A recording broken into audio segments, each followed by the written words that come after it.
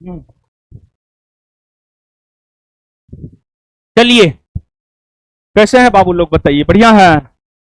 और सब सब बढ़िया? पढ़ाई लिखाई कैसा चल रहा है? ठीक चल रहा है ना? चलिए, तो फिर देखिए बाबू, आपको बिहार में सरकार का गठन भी हो चुका है।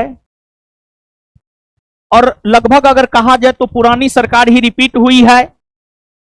तो फिर आपका जो एग्जाम डेट है बिहार एसआई का, 1799 पोस्ट वाले वैकेंसी बिहार एसआई का एग्जाम डेट 18 जनवरी और 21 जनवरी 2026 को होना है।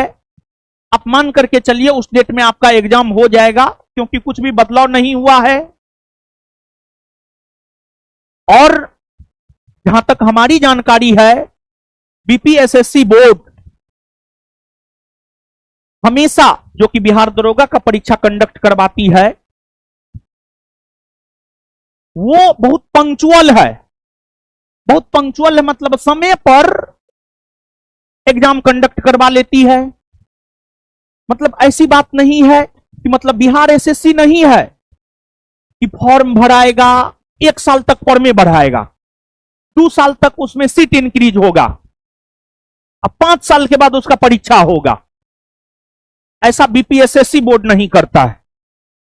एक बार सीट अनाउंसमेंट होता है, एक बार नोटिफिकेशन आता है, एग्जाम डेट आता है और एग्जाम डेट में एग्जाम हो जाता है। तो बहुत पंक्चुअल बोर्ड है। तो इसलिए आपके पास अब लगभग 2 माह का समय है। और इस 2 माह की अगर हम लोग बात करें तो आपको अपने कोर सब्जेक्ट के रिवीजन के साथ साथ जो है करंट पर विशेष ध्यान देना होगा। और हम आपको संस्थान के YouTube चैनल पर करंट का क्लास बिहार दरोगा को लेकर के करवाएंगे। करंट का संस्थान का बुक आने वाला है। पूरे 1 वर्ष का करंट जो है हम आपको उसमें दिए हैं, वो पूरा बुक जो है संस्थान के यूट्यूब चैनल पर जो है हम लोग करवाएंगे। और करंट अफेयर का आपके एग्जाम में काफी महत्व होने जा रहा है। और करंट एक प्रीलिम्स एग्जाम के रिजल्ट में एक बहुत महत्वपूर्ण रोल अदा करता है। करंट अफेयर्स, समसामयिकी घटना, तो इसको अच्छे से हम लोगों को करना है। तो खैर, जब तक बुक नहीं आता है तब तक हम लोग करेंगे और ऐसे ही करेंगे। और बुक बस 2 4 5 7 दिन में जो है बुक आपको आ जाएगा। तो फिर आपको बुक लेकर के पूरा बुक को जो है आपको करना है। और आज के सेशन में पिछला सैटरडे को सेशन लगना चाहिए, पीपीटी नहीं बनने, सॉरी, क्वेश्चन आंसर यानी काम नहीं होने की वजह से, पीपीटी सब नहीं बनने की वजह से जो है आपको करंट का क्लास नहीं हो पाया। तो आइए आज हम लोग करंट पुनः आगे बढ़ते हैं। और ये करंट आपको सिर्फ बिहार एसआई नहीं बल्कि बिहार में होने वाले सभी एग्जामों के लिए आपके लिए फायदेमंद होगा।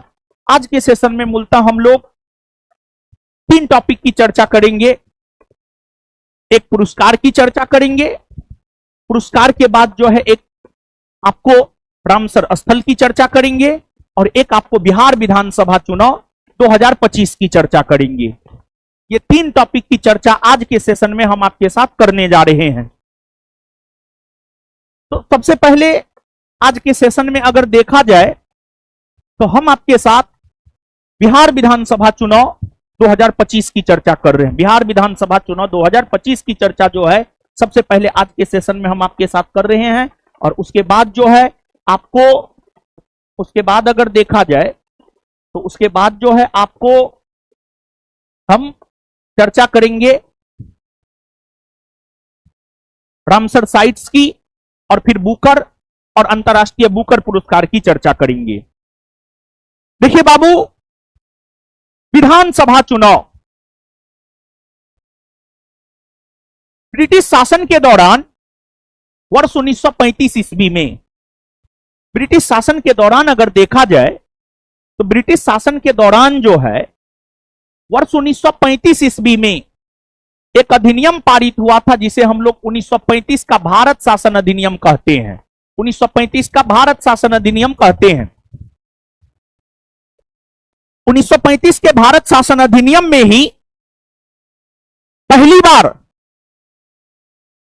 यह प्रावधान किया गया था कि प्रांतों में यानी राज्यों में विधानसभा के चुनाव होंगे, प्रांतों में विधानसभा के चुनाव होंगे, राज्यों में विधानसभा के चुनाव होंगे।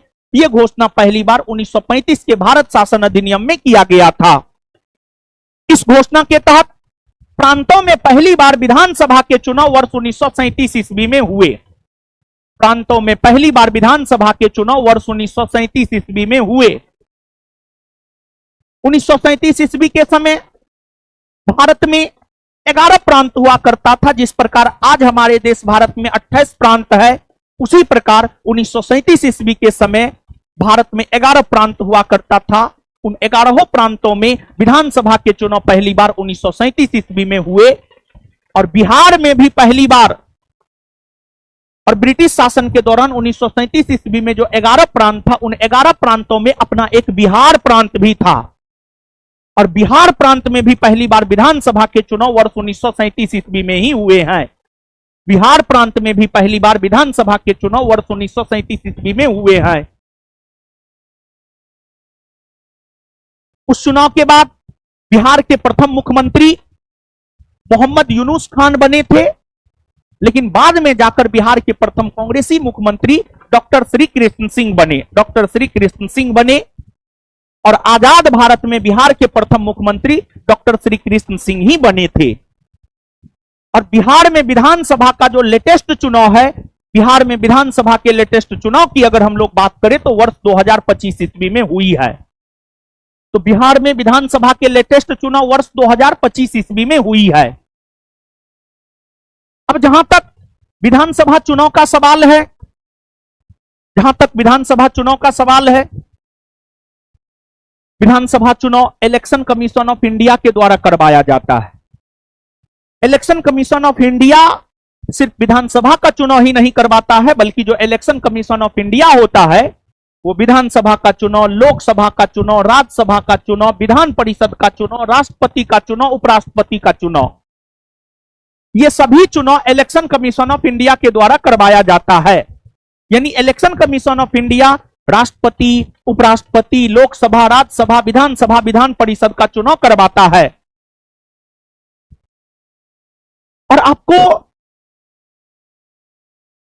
वही पंचायती राज और नगर निगम के चुनाव की हम लोग बात करें तो पंचायती राज और नगर निगम के चुनाव जो है राज्य निर्वाचन आयोग के द्वारा करवाया जाता है। राज्य निर्वाचन आयोग के द्वारा करवाया जाता है।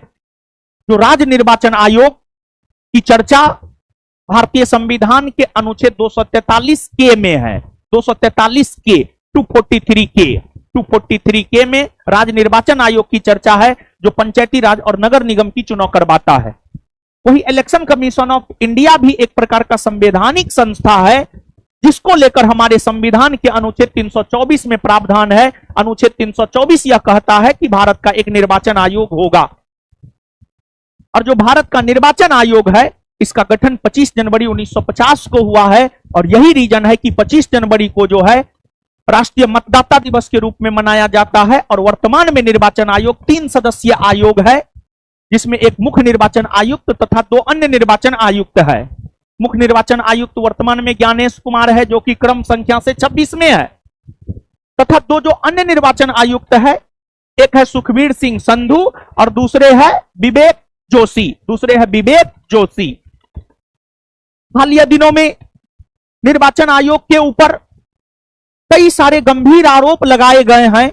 और यह गंभीर आरोप किसी सामान्य व्यक्ति के द्वारा नहीं लगाया गया है, बल्कि देश के विपक्ष के नेता राहुल गांधी के द्वारा लगाया गया है।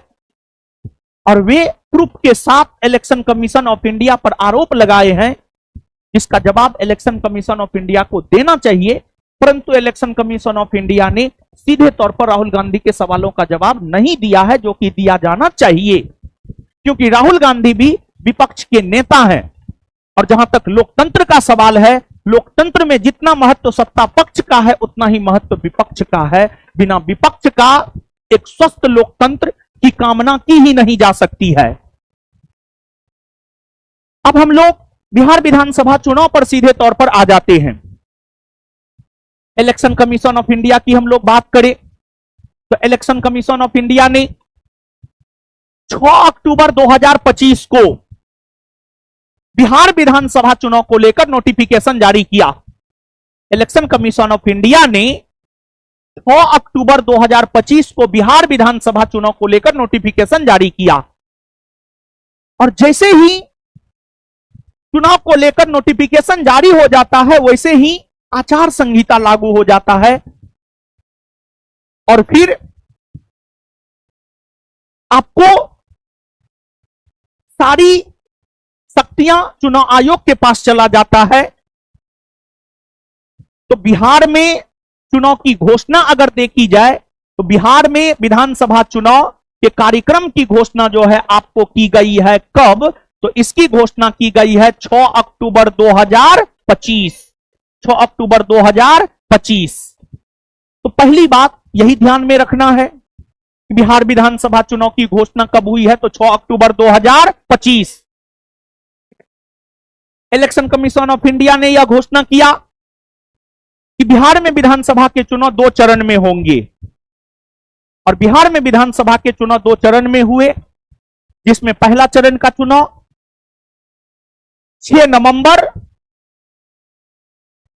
2025 को और दूसरा चरण का चुनाव 11 नवंबर 2025 को और मतगणना 14 नवंबर 2025 को हुआ। मतगणना 14 नवंबर 2025 को हुआ।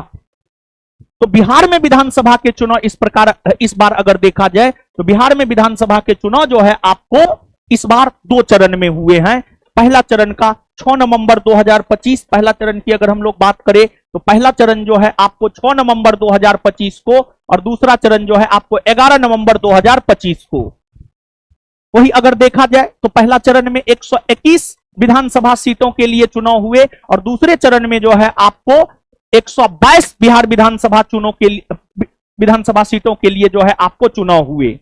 पहला चरण 6 नवंबर 2025 को 121 सीट के लिए, दूसरा चरण 11 नवंबर 2025 को 122 सीट के लिए और वोटों की गिनती जो है दोनों चरणों की 14 नवंबर को हुई है।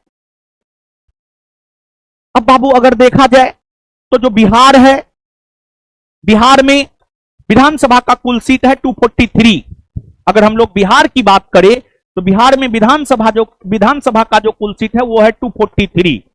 जिस प्रकार बिहार में विधानसभा का कुल सीट है 243, उसी प्रकार बिहार की अगर बाबू हम लोग बात करें तो बिहार में विधान परिषद में कुल सीटों की संख्या अगर देखी जाए तो कुल सीटों की संख्या है आपको 75 और बिहार को लोकसभा में 40 सीट दिया गया है। बिहार को लोकसभा में 40 सीट दिया गया है और बिहार को राज्यसभा की अगर हम लोग बात करें तो बिहार को राज्यसभा में 16 सीट दिया गया है। तो बिहार विधानसभा में 243 सीट है, बिहार विधान परिषद में 75 सीट है, बिहार में लोकसभा का 40 सीट है, राज्यसभा का 16 सीट है। और सरकार बनाने के लिए देखिए लोकतंत्र क्या है, लोकतंत्र में अगर कुल मत का 50% से अधिक मत मिल गया तो आप विजेता हैं और अगर नहीं मिला तो आप हार गए एक प्रकार से। तो बिहार विधानसभा में टोटल 243 सीट है। 243 के 243 सीट के लिए विधानसभा के चुनाव हुए और इस चुनाव में मुख्य तौर पर बाबू अगर देखा जाए तो इस चुनाव में मुख्य तौर पर 2 गठबंधन चुनाव लड़ रहा था। 2 गठबंधन चुनाव लड़ रहा था और इस चुनाव में मुख्य तौर पर जो 2 गठबंधन चुनाव लड़ रहा था, एक गठबंधन था एनडीए गठबंधन और दूसरा था इंडिया गठबंधन। दूसरा था इंडिया गठबंधन या महागठबंधन। यहां पर आप महागठबंधन ही बिहार के संदर्भ में कहे तो ज्यादा उचित होगा। एनडीए गठबंधन और इंडिया गठबंधन या महागठबंधन चुनाव लड़ रहा था। अगर हम लोग सरकार बनाने की बात करें तो बिहार विधानसभा में जो 243 सीट है, 243 का 50% प्लस 1, तो 243 का 50% प्लस 1 कीजिएगा तो 122 हो जाता है। वैसा गठबंधन जो इस चुनाव में 243 सीट में से 122 या उससे अधिक सीट जीतेगा उसकी जीत हुई, वही सरकार बनाएगा। और इस चुनाव में अगर देखा जाए तो एनडीए गठबंधन को प्रचंड बहुमत मिला है। एनडीए गठबंधन की अगर हम लोग बात करें तो एनडीए गठबंधन को प्रचंड बहुमत मिला है। एनडीए गठबंधन को प्रचंड बहुमत मिला है। एनडीए गठबंधन यानी नेशनल डेमोक्रेटिक अलायंस, राष्ट्रीय जनतांत्रिक गठबंधन, बीजेपी और उसके सहयोगी राजनीतिक दलों को मिलाकर जो गठबंधन बनता है उसी को हम लोग एनडीए गठबंधन कहते हैं। और कांग्रेस तथा उसके सहयोगी दलों को मिलाकर जो गठबंधन बनता है उसी को हम लोग इंडिया गठबंधन कहते हैं, उसी को हम लोग इंडिया गठबंधन कहते हैं। तो एनडीए गठबंधन को प्रचंड बहुमत मिला, तो एनडीए गठबंधन जो है आपको सरकार बनाया। और आपको अगर देखा जाए तो बिहार का मुख्यमंत्री के तौर पर शपथ नीतीश जी ने लिया है। और नीतीश जी जो है 20 नवंबर 2025 को ऐतिहासिक गांधी मैदान में, पटना के ऐतिहासिक गांधी मैदान में जो है आपको शपथ लिया है। और ऐसा नहीं है कि पटना के ऐतिहासिक गांधी मैदान में पहली बार बिहार के किसी मुख्यमंत्री ने शपथ लिया है, नहीं। आज तक अगर देखा जाए तो कुल 2 ऐसे मुख्यमंत्री हैं जिन्होंने पटना के ऐतिहासिक गांधी मैदान में बिहार के मुख्यमंत्री के तौर पर शपथ लिया है। एक है नीतीश कुमार और दूसरे हैं लालू यादव। बिहार के 2 ऐसे मुख्यमंत्री हैं जिन्होंने पटना के ऐतिहासिक गांधी मैदान में शपथ ग्रहण किया है।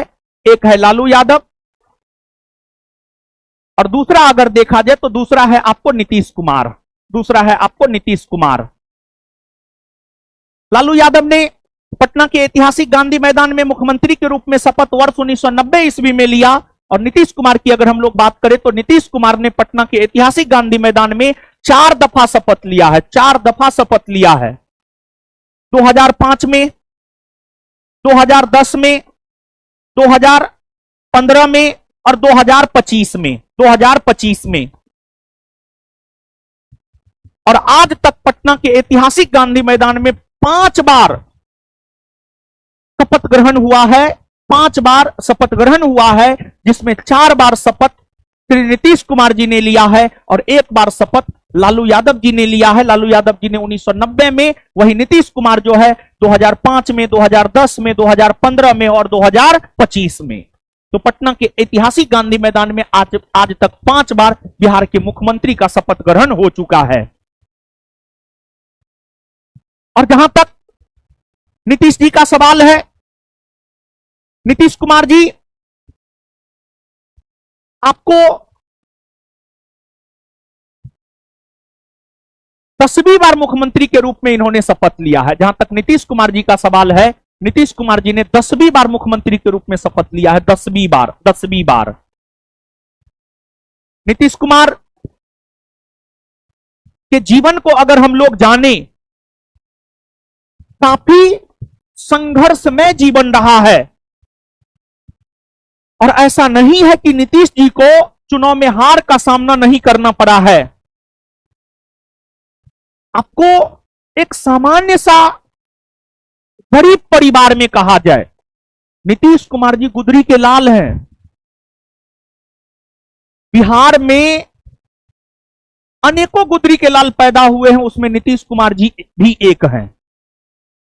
नीतीश कुमार जी को विरासत में राजनीति नहीं मिला है। और सिर्फ नीतीश जी ही गुदरी के लाल नहीं है, बल्कि लालू जी भी हैं, रामविलास पासवान जी भी हैं। इन लोगों को विरासत में कुछ नहीं मिला था। जैसे आप हैं, जैसे हम हैं, हम हैं, हम लोग सामान्य घर में पैदा हुए हैं, एक मध्यम वर्गीय फैमिली में पैदा हुए हैं। उसी प्रकार लालू जी हो, नीतीश जी हो या रामविलास पासवान जी हो, ये लोग एक साधारण परिवार में जन्म लिए थे। इन लोगों ने संघर्ष किया है।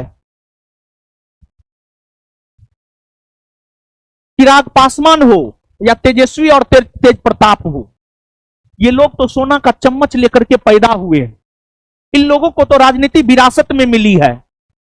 लेकिन लालू जी, रामविलास पासवान जी और नीतीश जी को राजनीति विरासत में नहीं मिला था।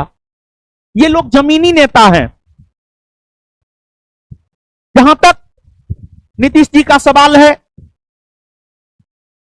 नीतीश जी का मार्च महीना से बड़ी लगाव है। नीतीश जी का जन्म 1 मार्च 1951 को बख्तियारपुर में हुआ था और उनका पैतृक गांव है नालंदा का कल्याण बिघा। उनकी पत्नी स्वर्गीय मंजू देवी हैं, पुत्र जो है निशांत कुमार हैं। नेता होना चाहिए तो नीतीश कुमार जैसा नेता होना चाहिए, ना कि उपेंद्र कुशवाहा जैसा नेता होना चाहिए।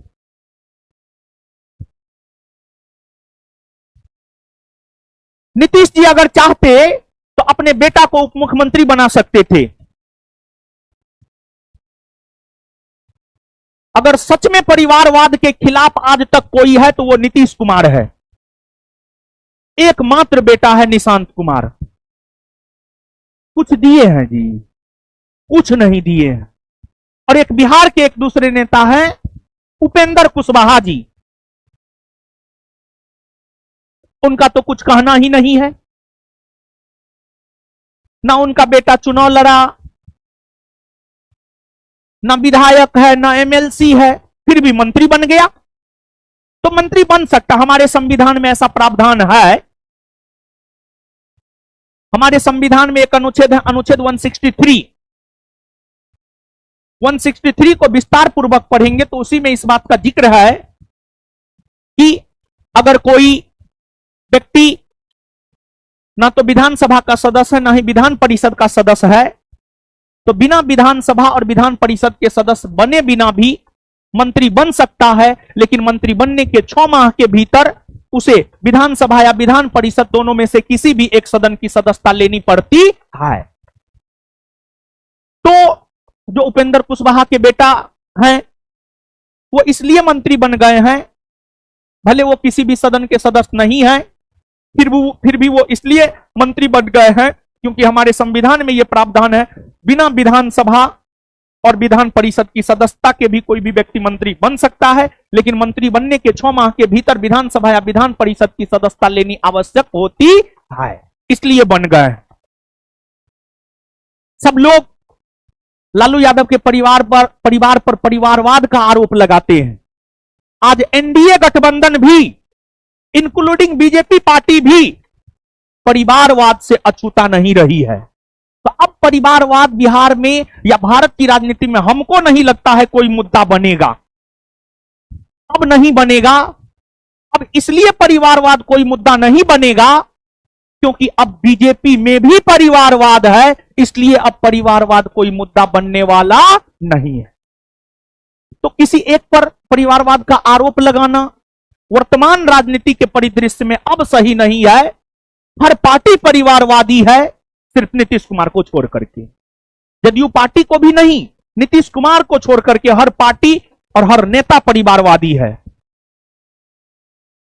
सिर्फ किसान चाहता है कि मेरा बेटा किसान नहीं बने, बाद बाकी हर कोई चाहता हम जो है मेरा बेटा वही बने। अगर कोई डॉक्टर है तो डॉक्टर चाहता मेरा बेटा डॉक्टर बने। अगर कोई इंजीनियर है तो वो इंजीनियर चाहता मेरा बेटा इंजीनियर बने। अगर कोई प्रोफेसर है तो वो चाहता मेरा बेटा प्रोफेसर बने। अगर कोई नेता है तो वो चाहता मेरा बेटा नेता बने। अगर कोई अन्य आईएएस है तो वो चाहता मेरा बेटा आईएएस बने। लेकिन एक किसान ही ऐसा होता है जो ये कभी नहीं चाहता है कि मेरा बेटा किसान बने। तो जहां तक नीतीश जी का सवाल है, इन्होंने 10 दफा मुख्यमंत्री के रूप में शपथ लिया है।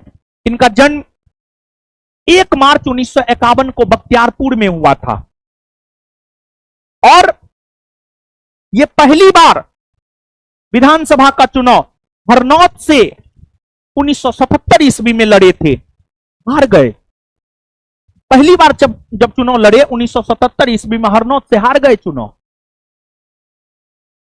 दूसरी बार 1980 ईस्वी में लड़े, फिर हार गए। तो ऐसा नहीं था कि नीतीश कुमार चुनाव हारे ही नहीं है। और उनकी पढ़ाई लिखाई एनआईटी पटना से हुई है। नीतीश कुमार की जो पढ़ाई लिखाई है एनआईटी पटना से हुई है। तो पढ़े लिखे हैं नीतीश कुमार जी और बिहार में सुशासन बाबू के तौर पर उन्हें याद किया जाता है।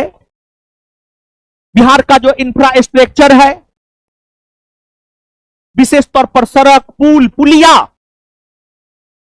आज के डेट में आपको अनेकों फ्लाईओवर, सड़क अच्छा मिलेगा, इसमें नीतीश जी का बेशक बहुत योगदान है।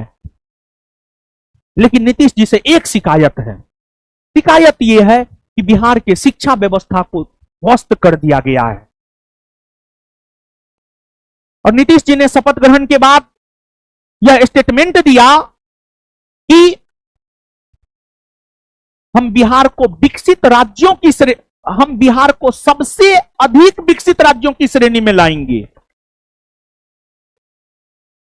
ईश्वर करे उनकी मनोकामना पूरी हो, बिहार विकसित हो, लेकिन बिहार अभी सबसे पीछे है। हम लोग शिक्षा में भी सबसे पीछे हैं, हम लोग गरीबी में भी सबसे पीछे हैं, तो गरीबी में भी सबसे आगे हैं, शिक्षा में भी सबसे पीछे हैं, शिक्षा में नीचे से टॉप पर है, साक्षरता दर बिहार में सबसे कम है, सबसे गरीब लोग बिहार में है। तो उम्मीद करते हैं नई सरकार से कि नई सरकार जो है बिहार को विकसित बनाए। नीतीश कुमार जी ने पहली बार मुख्यमंत्री के रूप में शपथ 3 मार्च 2000 ईस्वी को लिया था। 3 मार्च 2000 ईस्वी को, जन्म मार्च में हुआ है और पहली बार मुख्यमंत्री के रूप में शपथ भी मार्च में ले रहे हैं।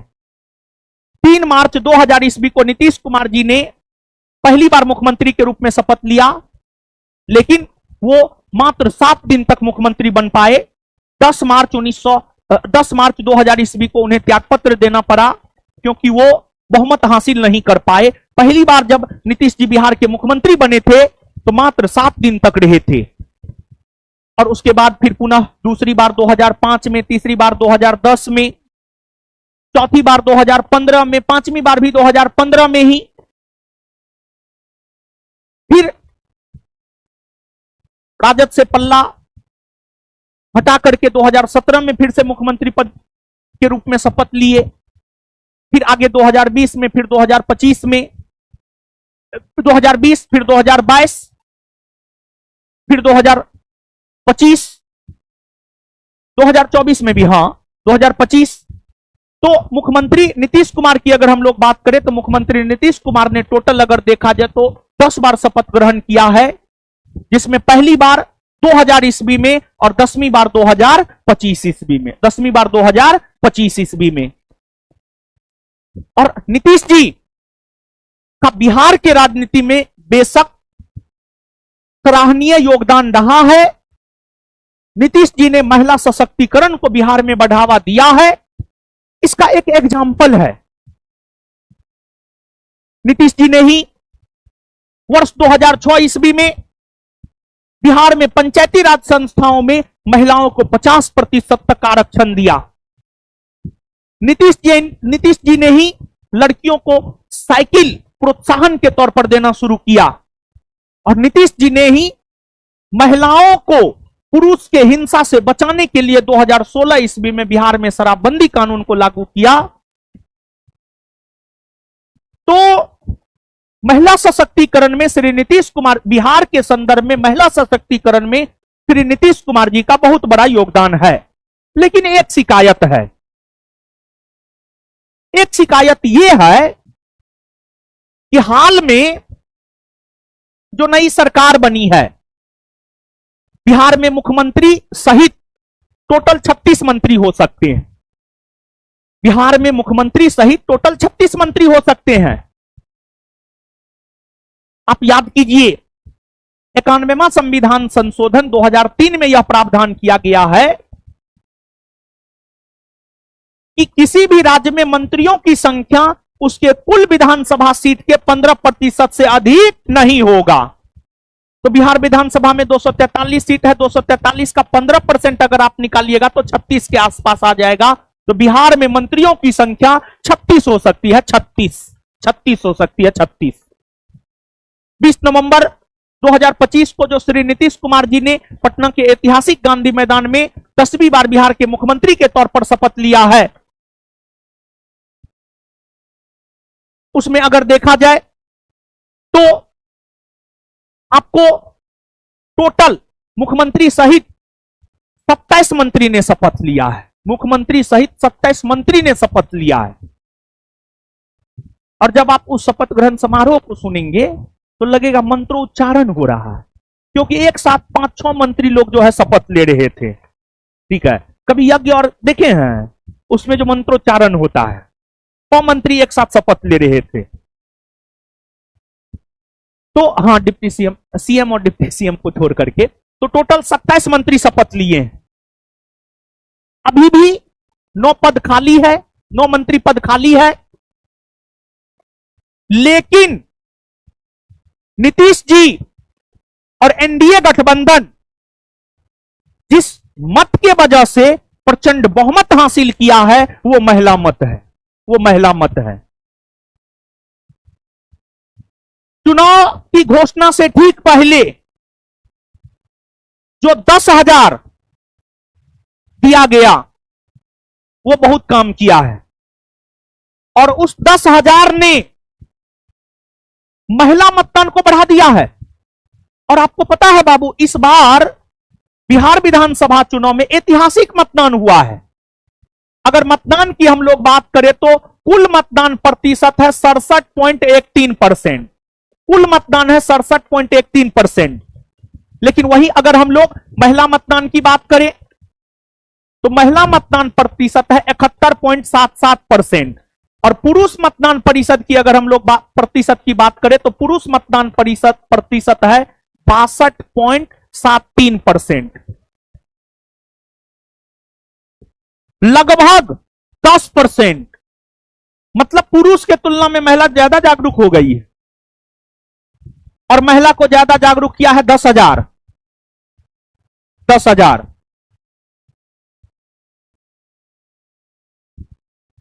तो आपको जो है, जिस महिला ने नीतीश जी को 10वीं बार मुख्यमंत्री के रूप में शपथ दिलाया, उस महिला की हिस्सेदारी नीतीश मंत्री परिषद में कम है, बहुत कम है। कम से कम 33% तो होना चाहिए। जहां नीतीश जी पंचायती राज में महिलाओं को 50% आरक्षण दे रहे हैं, वहीं नीतीश जी के मंत्री परिषद में कम से कम 33% महिला मंत्री होना चाहिए। लेकिन 33% भी नहीं है, बल्कि मात्र लगभग 11% है। मात्र लगभग 11% मंत्री है नीतीश जी के मंत्री परिषद में। 11% महिला मंत्री है नीतीश जी के मंत्री परिषद में वर्तमान में। अब 27 मंत्री वर्तमान में है, 27 का 11% निकाल लीजिए। तो यहां पर कहीं ना कहीं महिलाओं के साथ नाइंसाफी हुई है वर्तमान की नीतीश सरकार के द्वारा। खैर, अभी 9 सीट खाली है। महिलाओं को मंत्री परिषद में शामिल किया जाना चाहिए, जो 9 सीट वैकेंट है। अब बाबू, ये सब नीतीश जी के बारे में, बिहार विधानसभा चुनाव के बारे में एक सामान्य जानकारी हुई। अब हम लोग और भी चीजों को पीपीटी के माध्यम से जो है देख लेते हैं। जैसा कि आपने देखा है कि भारत निर्वाचन आयोग ने बिहार विधानसभा के आम चुनाव कार्यक्रम की घोषणा 6 अक्टूबर 2025 को किया है। तो ये 6 अक्टूबर 2025 का तिथि महत्वपूर्ण है कि बिहार विधानसभा चुनाव की घोषणा इलेक्शन कमीशन ने कब किया है। तो 6 अक्टूबर 2000 कब किया है। इसके बाद इस घोषणा के साथ चुनाव आयोग ने बिहार के मुख्य सचिव और मुख्य निर्वाचन अधिकारी को राज्य में आदर्श आचार संहिता तत्काल प्रभाव से लागू करने के लिए निर्देश जारी किए। मतलब जैसे ही घोषणा हुआ, आदर्श आचार संहिता लागू हो गया 6 अक्टूबर 2025 से ही। फिर बिहार में चुनाव कितने चरण में हुए हैं? 2 चरण में। पहला चरण में चुनाव कब? दूसरा चरण में। पहला चरण में कितना सीट के लिए? दूसरा चरण में बिहार विधानसभा में कुल कितना सीट? 200। अब बिहार में कुल मतदाताओं की संख्या अगर देखा जाए तो 7.42 करोड़, 7.42 करोड़। लेकिन 7.42 करोड़, परंतु इलेक्शन कमीशन ने यह कहा है कि चुनाव के दौरान 3 लाख मतदाताओं को और जोड़ा गया है, जो कि उचित नहीं लग रहा है। बाद में इलेक्शन कमीशन का आंकड़ा आया है 7.45 करोड़। मतलब 3 लाख मतदाता नए जोड़े गए। यह संदेहास्पद है। विपक्षी नेताओं के द्वारा। यानी बात हम ये आपको कहना चाह रहे हैं कि बिहार में कुल मतदाताओं की संख्या लगभग 7.42 करोड़ बतलाई गई है, लेकिन इलेक्शन कमीशन जब अगला डाटा दिया तो उसमें 7.45 करोड़ बताया। 7.45 करोड़ बताया, यानी लगभग 3 लाख मतदाताओं की संख्या में वृद्धि हुई है। और इलेक्शन कमीशन ने यह क्लियरिफिकेशन दिया है कि हमने चुनाव के दौरान 3 लाख मतदाताओं की संख्या में इजाफा किया है। इस पर विपक्ष सवाल खड़ा कर रहा है और करना भी चाहिए। इसमें कुल पुरुष मतदाताओं की संख्या 3.92 करोड़ और महिला मतदाताओं की संख्या 3.50 करोड़ और थर्ड जेंडर मतदाता है 1725। और देखिए बिहार में थर्ड जेंडर को भी सरकार बढ़ावा दे रहा है। ये सब जो आंकड़ा है, ये सब आंकड़ा को आप जरूर याद रखिएगा। तो आप हमको बताइएगा बिहार में कुल मतदाताओं की संख्या कितनी? पुरुष मतदाता, महिला मतदाता, थर्ड जेंडर, आगे दिव्यांग मतदाता जो है 7.2 लाख, 85 वर्ष से अधिक उम्र के मतदाता 4.04 लाख, 100 वर्ष से अधिक उम्र के मतदाता 14,000 और फर्स्ट टाइम वोटर लगभग 14 लाख। फर्स्ट टाइम वोटर लगभग 14 लाख, यानी 14 लाख ऐसे मतदाता है जो पहली बार मतदान कर रहे थे, पहली बार मतदान कर रहे थे। देखिए जानते हैं आपको, तेजस्वी यादव जो है शिक्षा को मुद्दा बनाता, रोजगार को मुद्दा बनाता। बिहार में शिक्षा कोई मुद्दा है ही नहीं। भारत के इलेक्शन में, बिहार ही नहीं, हम एक दो एग्जांपल से आपको समझाना चाहते हैं। भारत के चुनाव पद्धति में शिक्षा कोई मुद्दा नहीं है। इसका पहला एग्जांपल है डॉक्टर भीमराव अंबेडकर। डॉक्टर भीमराव अंबेडकर ने भी एक राजनीतिक पार्टी स्थापित किया था 1936 ईस्वी में, इंडिपेंडेंट लेबर पार्टी। वह पार्टी 1937 के प्रांतीय विधानसभा चुनाव में चुनाव लड़ी, मुंह की खानी पड़ी उस पार्टी को। जबकि अंबेडकर साहब बहुत पढ़े लिखे थे, लंदन कॉलेज ऑफ इकोनॉमिक्स से पीएचडी किए थे। फिर इसके अलावे कोलंबिया यूनिवर्सिटी यूएसए से पीएचडी किए थे। 2 दफा उन्होंने पीएचडी किया है, बहुत पढ़े लिखे थे। वो पार्टी बनाए, उनकी पार्टी चुनाव हार गई। तो वहीं से आप समझ सकते हैं कि भारत के चुनाव में शिक्षा कोई मुद्दा नहीं होता है। और बिहार विधानसभा उसका चुनाव, उसका ताजा तरीन उदाहरण है। बिहार ही नहीं, पूरे भारतवर्ष के प्रसिद्ध गणितज्ञ केसी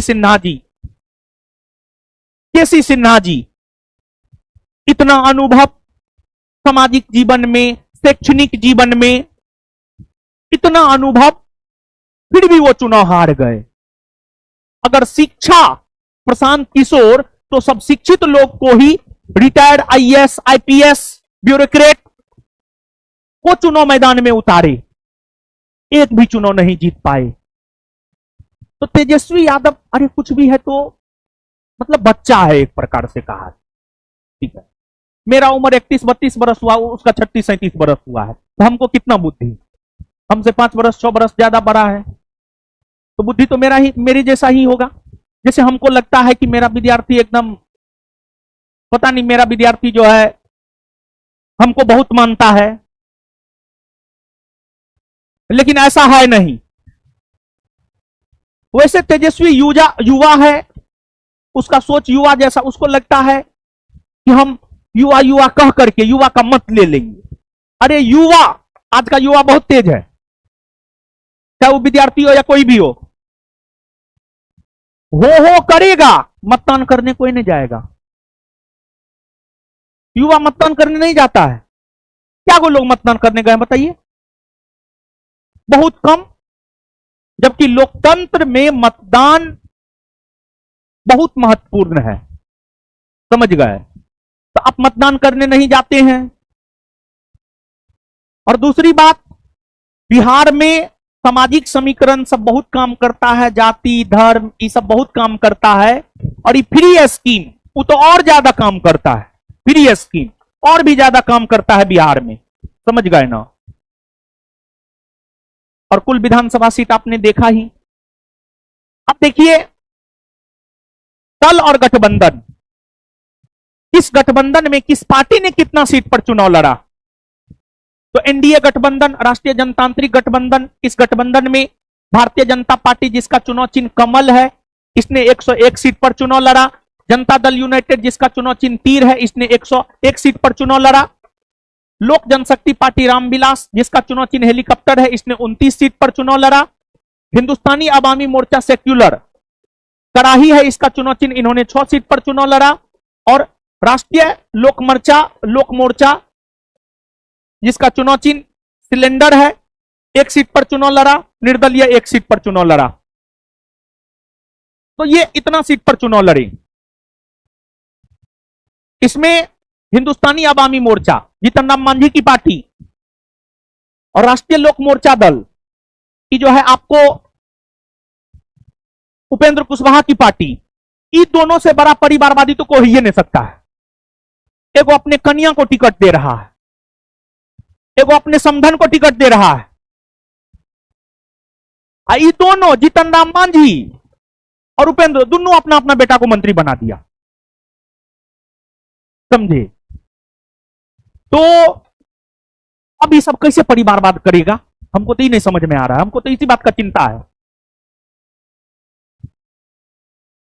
लेकिन हां, यहां पर एक चीज नोट में है, मढ़ौरा छपरा से, मढ़ौरा वही मढ़ौरा जहां पहला चीनी मिल स्थापित किया गया था 1903 में। भारत का पहला चीनी मिल 1903 में मढ़ौरा में स्थापित किया गया था अंग्रेजी शासन के दौरान। मढ़ौरा छपरा से लोजपा के उम्मीदवार सीमा सिंह का नामांकन रद्द हुआ। उसके बाद एनडीए ने निर्दलीय उम्मीदवार अंकित कुमार का समर्थन किया था। तो एनडीए उम्मीदवारों में से लोजपा के एक उम्मीदवार, एनडीए उम्मीदवारों में से लोजपा के एक उम्मीदवार सीमा सिंह का नामांकन जो है रद्द हो गया था, जो कि मढ़ौरा छपरा से चुनाव लड़ रही थी। तो इसको बाबू आप याद रखिएगा। आगे महागठबंधन या इंडिया गठबंधन, इसमें अगर देखा जाए तो राष्ट्रीय जनता दल यानी आरजेडी चुनाव चिन्ह लालटेन 143 सीट पर चुनाव लड़ा। भारतीय राष्ट्रीय कांग्रेस जिसका चुनाव चिन्ह पंजा है 61 सीट पर चुनाव लड़ा। भाकपा माले 20 सीट पर चुनाव लड़ा। भारतीय कम्युनिस्ट पार्टी 4 सीट पर चुनाव लड़ा। भारतीय कम्युनिस्ट पार्टी हसुआ वाली 1 सीट पर चुनाव लड़ा। विकासशील इंसान पार्टी जिसका चुनाव चिन्ह 9 है 14 सीट पर चुनाव लड़ा। और 0/0, ठीक है, 0/0। और जहां तक मेरा मानना है कि जो विकासशील इंसान पार्टी है जिसके कर्ता धर्ता मुकेश सहनी है, बिजनेस माइंडेड है, वो चुनाव में सफल नहीं हो सकता है। बिहार में मुकेश सहनी को चुनाव में सफल होने में नाक रगड़ना पड़ेगा। बिजनेस माइंडेड है, वो मुंबई में रहा है, वो सौदा करता है, वो राजनीति नहीं करता है। जहां तक हमने उसको पढ़ा है वो राजनीति नहीं करता बल्कि वो सौदा करता है, सौदा करता है। और इसके अलावे आपको एक और पार्टी है आईपी गुप्ता की पार्टी। आईपी गुप्ता की पार्टी, उसको भी 3 सीट मिला था, जिसमें से वो 1 सीट जो है जीता है। 1 सीट वो स्वयं जीता है, 1 सीट वो स्वयं जीता है। सहरसा विधानसभा क्षेत्र से जो है वो स्वयं जीता है आईपी गुप्ता। और उसका चुनाव चिन्ह है करनी। करनी, करनी समझते हैं? अरे घर बनाने वक्त मसाला जो मिलाया जाता है, ठीक है, ईंट को जोड़ने के लिए जो है करनी से मसाला को ईंट पर दिया जाता है, फिर उस पर मसाला ईंट पर दिया जाता है, समझ गए, वही है उसका चुनाव चिन्ह। नोट, मोहनिया से राजद के उम्मीदवार श्वेता सुमन और सुगौली से वीआईपी के उम्मीदवार शशि भूषण सिंह का नामांकन रद्द हुआ। यानी एनडीए गठबंधन में सीमा सिंह लोजपा से मढ़ौरा विधानसभा क्षेत्र से चुनाव लड़ रही थी, उसका नामांकन रद्द हुआ। और इंडिया गठबंधन या महागठबंधन में मोहनिया से राजद के उम्मीदवार श्वेता सुमन का नामांकन रद्द हुआ है और सुगौली से वीआईपी के उम्मीदवार शशि भूषण सिंह का नामांकन रद्द हुआ है। इसके बाद अन्य पार्टियां जो चुनाव लड़ी थी, जनस्वराज पार्टी वही पीके की पार्टी 238 सीट पर चुनाव लड़ी। बहुजन समाजवादी पार्टी 130 सीट पर चुनाव लड़ी। एआईएमआईएम 25 सीट पर चुनाव लड़ी। राष्ट्रीय जो लोक जनशक्ति पार्टी 25 सीट पर चुनाव लड़ी। लेकिन इसमें से बहुजन समाजवादी पार्टी को एगो सीट मिला है, एगो सीट मिला है, एगो सीट जीता है। और AIMIM को 5 गो सीट मिला है, 5 गो सीट मिला है। बाद बाकी इसको और इसको कुछ भी नहीं मिला है, कुछ भी नहीं मिला है, नील बटे सन्नाटा। लेकिन अगर देखी जाए बाबू, पीके ने जो पहल किया है पिछले 3 बरस में, वो निश्चित तौर पर बहुत सराहनीय है। और बैठे नहीं बल्कि पुनः अपने अभियान में लग गए हैं और उन्होंने घोषणा भी कर दिया है। मतलब इतनी बड़ी घोषणा करने के लिए हिम्मत चाहिए, हिम्मत, समझ गए। मतलब उन्होंने यह घोषणा किया है कि हम अपनी कमाई का 90% दान कर देंगे, दिल्ली में एगो फ्लैट को छोड़कर, बाद बाकी सब पार्टी को दे देंगे। पैसा के वजह से हम अपने अभियान को बंद नहीं होने देंगे। और ऐसे भी एक नेता कहे हैं, पहला चुनाव संगठन बनाने के लिए लड़ा जाता है, पहला चुनाव हारने के लिए लड़ा जाता है, दूसरा चुनाव हराने के लिए लड़ा जाता है, तीसरा चुनाव जीतने के लिए लड़ा जाता है। संभवतः काशीराम का ये स्टेटमेंट है, पहला चुनाव हारने के लिए लड़ा जाता है, दूसरा चुनाव हराने के लिए, और तीसरा चुनाव जीतने के लिए लड़ा जाता है। तो ये तो पीके का पहला चुनाव था, तो इसमें तो हारने के लिए वो लड़े ही थे, हार गए, कोई दिक्कत नहीं है। तो लेकिन गट्स होना चाहिए पीके जैसा। आज तक भारत की राजनीति में कोई ऐसा नेता नहीं होगा जो इस बात की घोषणा किया होगा कि हमने पिछले 20 वर्षों में जो भी कमाया है और आगे हम जो कमाएंगे उसका 90% पार्टी को दान कर देंगे, और अभियान में लगे रहेंगे, लोगों को जागरूक करते रहेंगे, ताकि लोग जागरूक हो और लोग सही लोगों को चुने। तो बहुत बड़ी घोषणा है अपने आप में। अब ये याद रखना जरूरी है बाबू, इस पार्टी ने कितना सीट जीता है। बिहार विधानसभा चुनाव 2025 में सबसे बड़ी पार्टी बनकर उभरी बीजेपी, भारतीय जनता पार्टी, जिसने 89 सीट पर चुनाव जीती है, 89। दूसरी सबसे बड़ी पार्टी बनी है जदयू, 85 सीट पर चुनाव जीती है।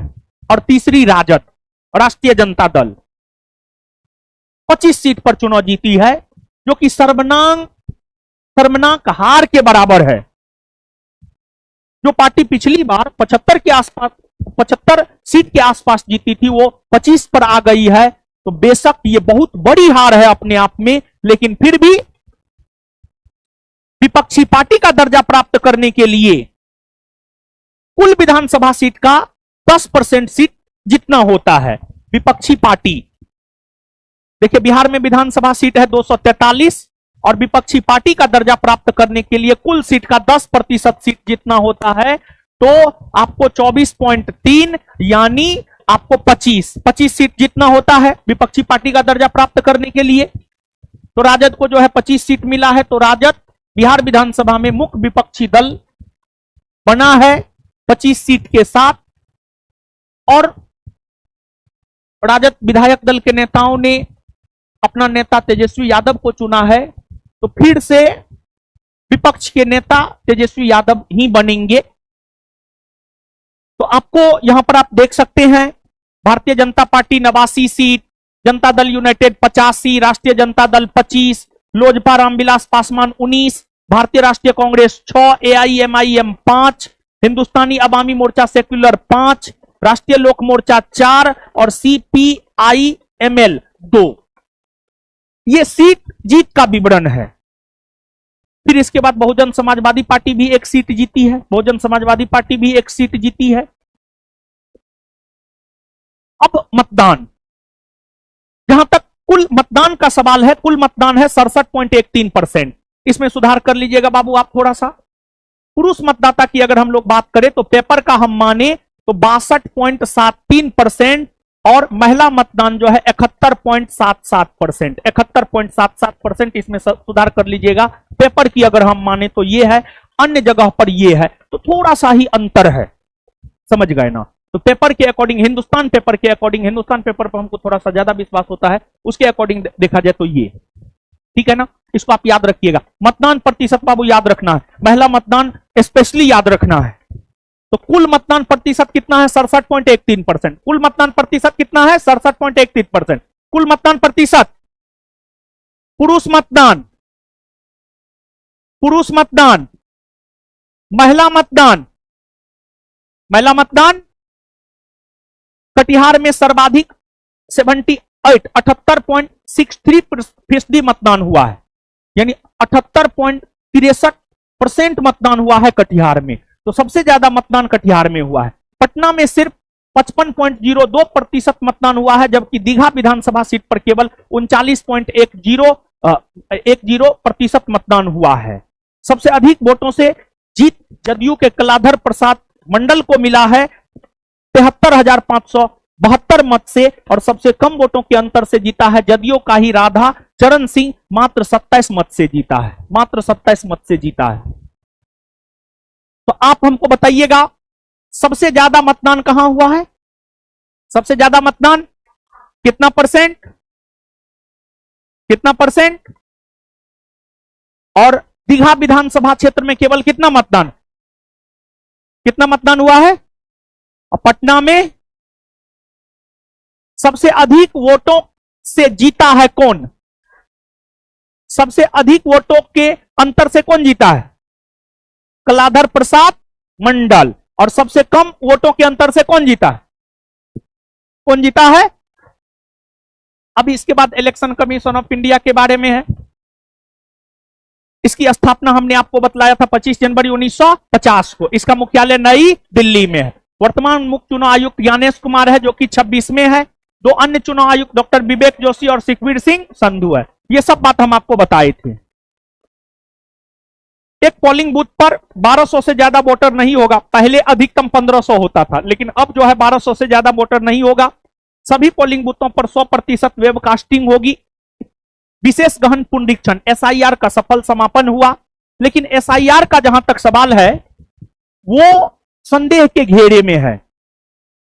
एसआईआर आपको इसके अलावे ईसीआईईएनटी ऐप के माध्यम से वास्तविक समय में मतदाताओं के मतदान की रिपोर्टिंग हुई है। ईएसईसीबीएचआर ऐप का उपयोग करके मोबाइल फोन आधारित ई वोटिंग का संचालन करने वाला बिहार पहला भारतीय राज्य बना है। यह एग्जाम के पॉइंट ऑफ व्यू से बहुत महत्वपूर्ण है। इसके बाद अब देखिएगा बाबू, इस मंत्री को कौन सा विभाग मिला है? निश्चित तौर पर नीतीश कुमार का जहां तक सवाल है, नीतीश कुमार जी 10वीं बार बिहार के मुख्यमंत्री बने हैं। नीतीश कुमार जी 10वीं बार बिहार के मुख्यमंत्री बने हैं, तो उनके पास सामान्य प्रशासन विभाग, मंत्रिमंडल सचिवालय, निगरानी, निर्वाचन और ऐसे विभाग जो किसी को आवंटित नहीं है, वो नीतीश कुमार जी को मिला है। लेकिन मुख्यमंत्री बनने के बाद संभवतः पहली दफा ऐसा हुआ है कि गृह विभाग नीतीश जी के पास नहीं रहा। गृह विभाग एक महत्वपूर्ण विभाग होता है। गृह विभाग के अधीन ही बिहार पुलिस आता है। बिहार पुलिस गृह विभाग के अधीन आता है। मतलब बिहार में जो भी पुलिस है वो गृह विभाग के अंतर्गत आता है। और सुशासन को बनाने में गृह विभाग यानी पुलिस प्रशासन का बड़ी योगदान होता है। और इसी वजह से हमेशा नीतीश जी गृह विभाग अपने पास रखते थे। मतलब शासन प्रशासन में कोई ये नहीं होना चाहिए। मतलब नीतीश जी का जो ये है, ना हम किसी को फंसाते हैं ना हम किसी को बचाते हैं। मतलब ये वाली जो बात है, गृह विभाग उनके कंट्रोल में था, लेकिन पहली बार नीतीश जी से संभवतः गृह विभाग ले लिया गया है। अब जो अन्य मंत्री हैं, मुख्यमंत्री नीतीश जी के अलावा जिस प्रकार पहले 2 उप मुख्यमंत्री हुआ करते थे, उसी प्रकार इस बार भी 2 उप मुख्यमंत्री हैं। वही हैं सम्राट चौधरी और विजय सिन्हा। और गृह विभाग सम्राट चौधरी को मिला है। गृह विभाग 2 उप मुख्यमंत्री हैं, उसमें सम्राट चौधरी भाजपा से और विजय सिन्हा भाजपा से। सम्राट चौधरी को गृह विभाग मिला है और फिर विजय सिन्हा को जो है राजस्व एवं भूमि सुधार खान एवं भूतत्व विभाग मिला है। इसके अलावा जो अन्य मंत्री लोग हैं, विजय कुमार चौधरी जदयू से, इनको जल संसाधन, संसदीय कार्य, सूचना एवं जनसंपर्क और भवन विभाग। विजेंद्र प्रसाद यादव ऊर्जा, योजना एवं विकास, मद निषेध, उत्पाद एवं निबंधन, वित्त वाणिज्य कर विभाग। श्रवण कुमार जदयू से ग्रामीण विकास और परिवहन। मंगल पांडे भाजपा से स्वास्थ्य और विधि मंत्री। देखिए, जब बाबू आप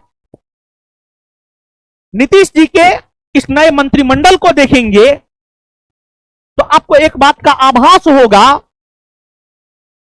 कि पहले अगर किसी मंत्री पर भ्रष्टाचार का आरोप लगता था तो उसे त्यागपत्र देना पड़ता था, त्यागपत्र देने को वो मजबूर हो जाता था। लेकिन प्रशांत किशोर ने, मंगल पांडे, बीजेपी के मंगल पांडे हो, संजय जायसवाल हो, सम्राट चौधरी हो, इन सभी पर भ्रष्टाचार के, हत्या के आरोप लगाए प्रूफ के साथ, लेकिन फिर भी ये लोग नए मंत्रिमंडल में मंत्री बने हैं।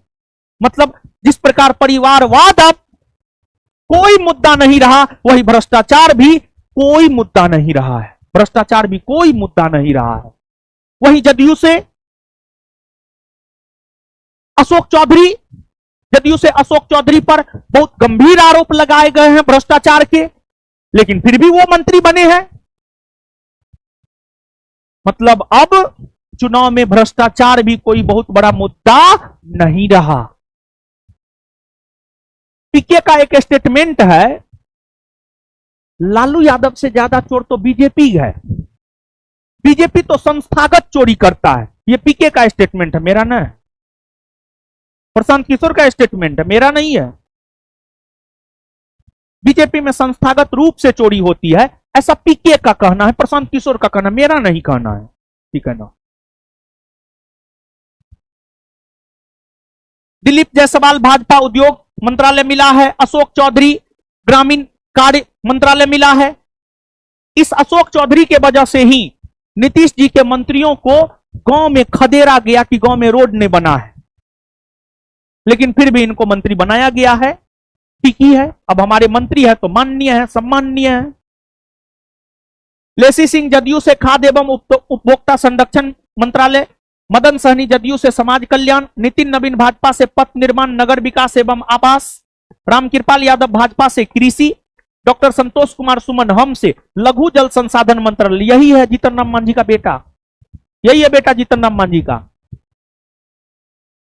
जीतन राम मांझी से एक बार परिवारवाद पर सवाल पूछा गया था कि आप तो लालू जी पर परिवारवाद का आरोप लगाते हैं, तो आप भी तो अपने बेटा को राजनीति में बढ़ा रहे हैं, मंत्री बना रहे हैं। तो उस पर वो जवाब दिया था कि मेरा बेटा अपनी मेहनत से आया है, पता नहीं कब मेहनत किया, कहां मेहनत किया। मेरा बेटा पढ़ा लिखा है, पढ़ा लिखा है। तेजस्वी तो नमी फैल है। अरे तेजस्वी ईमानदार है कि वो एक्सेप्ट किया कि हम नमी फैल है, समझे। और देखिए, राजनीति में अगर एजुकेशन का महत्व होता तो राष्ट्रपति बनने के लिए ही सबसे पहले वेल एजुकेटेड होना चाहिए था। संविधान में लिख दिया जाता राष्ट्रपति बनने की योग्यता अनुच्छेद 58 में है। अनुच्छेद 58 को जाकर के पढ़िए, कहीं भी नहीं लिखा हुआ है कि राष्ट्रपति बनने के लिए पढ़ा लिखा हो कोई जरूरी। राष्ट्रपति बनने के लिए भारत का नागरिक हो, उम्र कम से कम 35 वर्ष हो, लाभ के पद पर ना हो, पागल या दिवालिया ना हो। राष्ट्रपति बनने के लिए पढ़ा लिखा हो, यह कोई जरूरी। जब राष्ट्रपति जैसे सबसे बड़े संवैधानिक पद को प्राप्त करने के लिए पढ़ा लिखा हो कोई जरूरी नहीं है, तो ये मुख्यमंत्री उप मुख्यमंत्री बनने के लिए पढ़ा लिखा हो यह भी कोई जरूरी नहीं है। तेजस्वी चाहता उनके माता पिता दोनों मुख्यमंत्री रहे, डिग्री खरीद लेता, लंदन से डिग्री खरीद लेता, अमेरिका से डिग्री खरीद लेता, लेकिन नहीं खरीदा। ईमानदार है वो, समझ गए। फिर इसके बाद आपको सुनील कुमार जदयू जो पहले शिक्षा मंत्री थे उन्हीं को मिला है शिक्षा मंत्रालय और विज्ञान प्रौद्योगिकी एवं तकनीकी शिक्षा। मोहम्मद जमा खान जदयू से अल्पसंख्यक कल्याण मंत्री बने हैं। संजय सिंह टैगर भाजपा से श्रम संसाधन मंत्री बने हैं।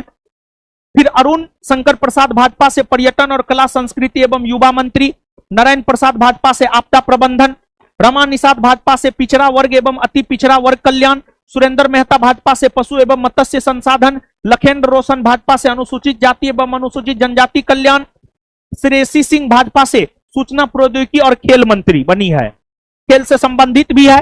नीतीश जी के मंत्रालय में ई मंत्रालय बहुत बढ़िया को मिला है, ठीक है, इससे खुश होना चाहिए हम सभी को। डॉक्टर प्रमोद कुमार चंद्रवंशी भाजपा से सहकारिता और पर्यटन, वन एवं जलवायु परिवर्तन, संजय कुमार लोजपा आर से गन्ना उद्योग मंत्री, संजय कुमार सिंह लोजपा आर से लोक स्वास्थ्य अभियंत्रण, और दीपक प्रकाश पंचायती राज। यही है उपेंद्र कुशवाहा का बेटा जो जींस और शर्ट में जाकर के शपथ लिया था, समझे। इसको संभवतः एक हम वीडियो देखे नहीं है, एक वीडियो वायरल हो रहा है कि इनको मंत्री बनाया गया। मीडिया पूछा आपको मंत्री बनाया गया, बोला पापा से पूछिए। अब हम वीडियो देखे नहीं, सच है क्या? बताइए बताइए, इस सबको मंत्री बना दिया गया, क्या होगा बिहार का बताइए।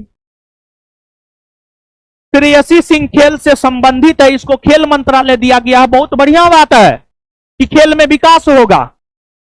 इसको पंचायती राज कौन अनुच्छेद में यो मालूम होगा इसको? पंचायती राज से संबंधित कौन आयोग है?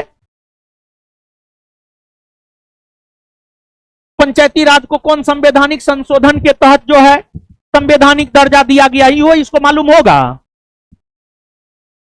बताइए।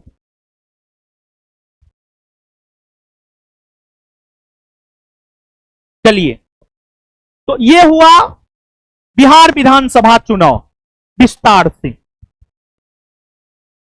अब हम सोचे हैं कि नीतीश जी पर जो है, नीतीश जी का एक डॉक्यूमेंट्री बनाएंगे, हम सोच रहे हैं, ठीक है। मतलब नीतीश जी सच में बिहार यानी भारत की राजनीति को एक नई दिशा दिया है, ठीक है, अच्छे राजनेता हैं, ठीक है। तो नीतीश जी का जब जीवनी पढ़े ना, बहुत प्रभावित हुए उनके जीवनी को पढ़ करके। हम पहले नहीं पढ़े थे, इस बार हम पढ़े नीतीश जी का जीवनी, ठीक है। इधर एक दो दिन में हम पढ़े हैं समय निकाल करके नीतीश जी का जीवनी, समझे। तो ये हो गया। अब आ जाइए,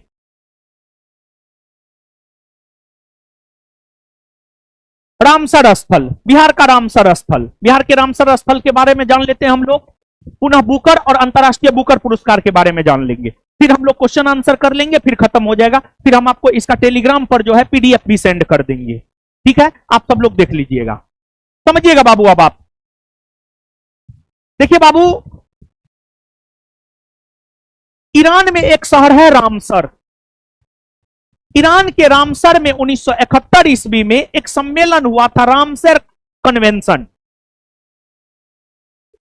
2 फरवरी 1971 को, 2 फरवरी 1971 को। और रामसर स्थल आर्द्र भूमियों को बढ़ावा देता है, वेटलैंड्स को बढ़ावा देता है। और रामसर साइट्स में उन स्थलों को ही शामिल किया जाता है, उन झीलों को शामिल किया जाता है, उन जलाशयों को शामिल किया जाता है, उन पक्षी अभयारण्यों को शामिल किया जाता है जो जैव विविधता को बढ़ावा देता है। और जैव विविधता पर्यावरणीय संतुलन के लिए आवश्यक है। जैव विविधता यानी बायोडायवर्सिटी, बायोलॉजी में आपको पढ़ाया जाता है जैव विविधता। जो बायोलॉजी पढ़े हैं वो जानते होंगे जैव विविधता क्या है। देखिए, हाल ही में बिहार के कटिहार जिला में स्थित गोगाबिल झील को, बिहार के कटिहार जिला में स्थित गोगाबिल झील को रामसर साइट्स में शामिल किया गया है। इसी वजह से यह चर्चा में है। और अब बिहार के टोटल 6 स्थल हुए जिसे रामसर साइट्स में शामिल किया गया है।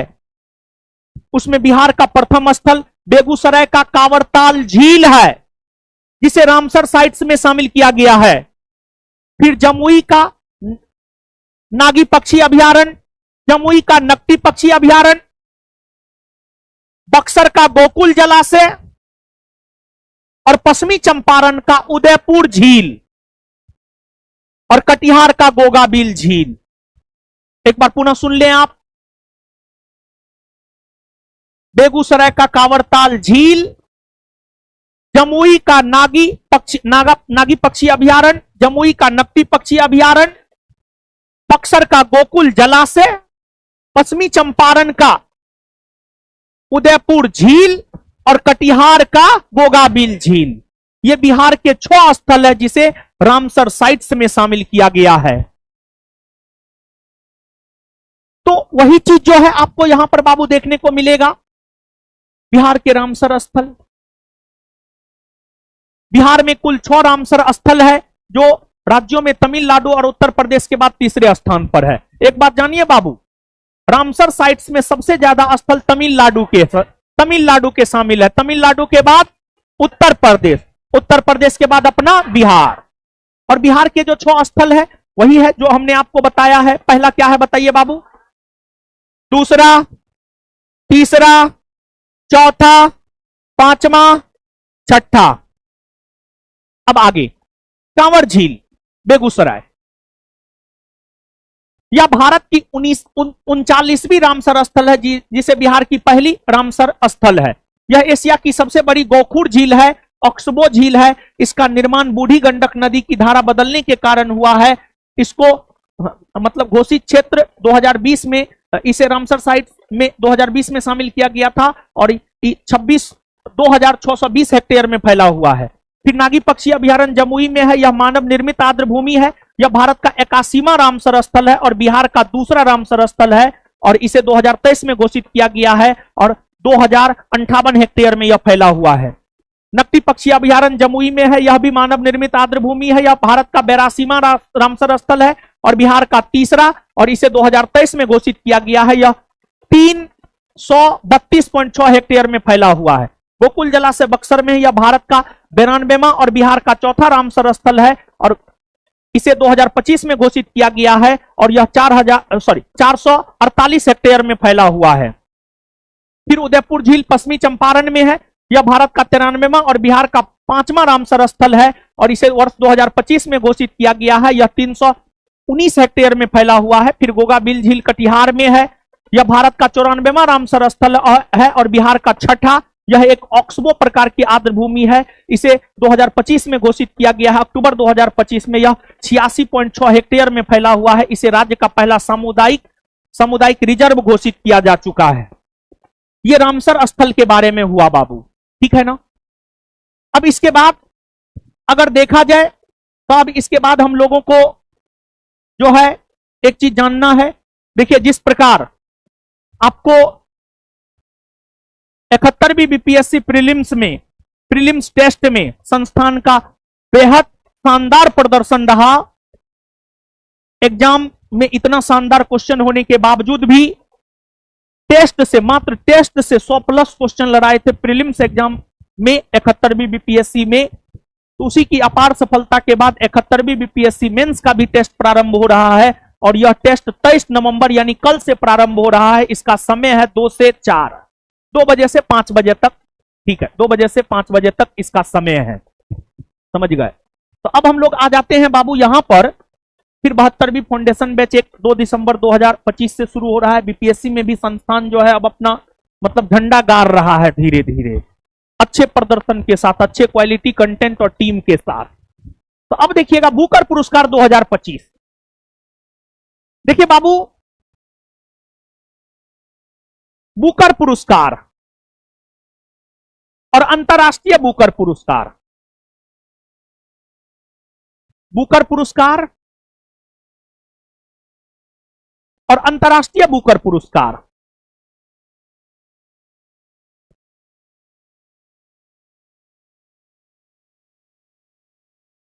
अंतरराष्ट्रीय बुकर पुरस्कार, देखिए बाबू, इन दोनों पुरस्कारों की अगर हम लोग बात करें तो ये दोनों पुरस्कार साहित्य के क्षेत्र में दिया जाता है। साहित्य, ये दोनों बुकर पुरस्कार की अगर हम लोग बात करें तो ये दोनों के दोनों बुकर पुरस्कार जो है साहित्य के क्षेत्र में दिए जाते हैं। साहित्य के क्षेत्र में ये दोनों बुकर पुरस्कार दिए जाते हैं।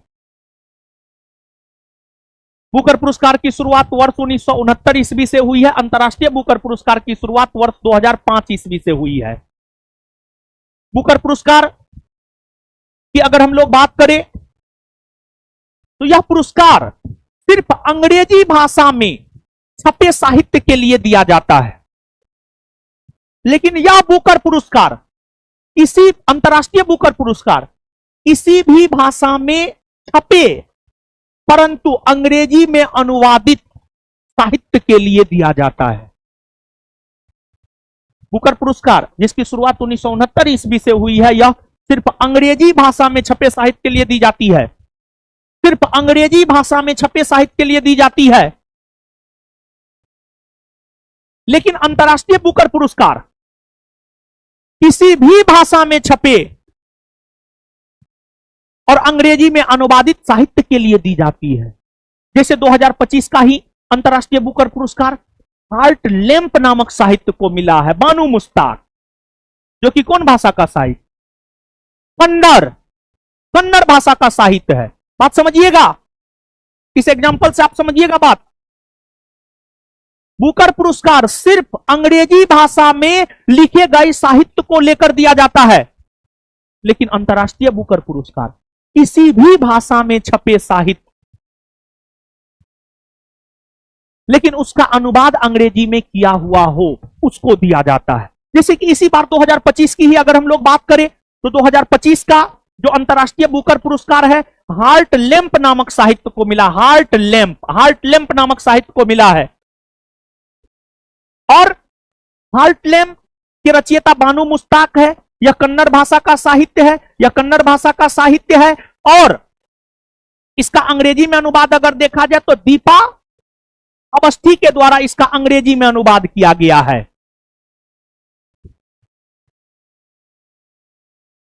ये अंतर कुछ समझ में आया? बताइए, समझ में आया है ना?